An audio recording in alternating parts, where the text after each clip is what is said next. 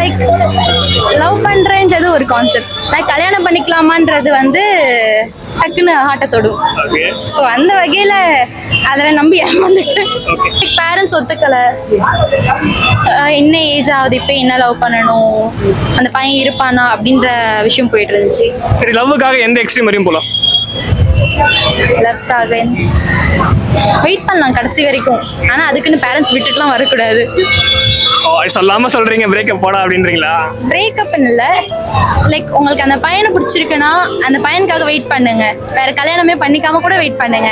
ஆனா அதுக்குன்னு பேரண்ட்ஸை விட்டுட்டு போறது வந்து கரெக்ட்னு தோணுது. கடைசி வரையும் ஒத்துக்கவே இல்லை உங்க பேரண்ட்ஸ், என்ன பண்ணலாம்?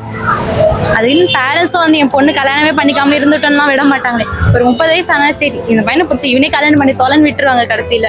என்னோட ஃப்ரெண்ட் இருக்கா, லைக் லவ் மேரேஜ் தான் பண்ணா.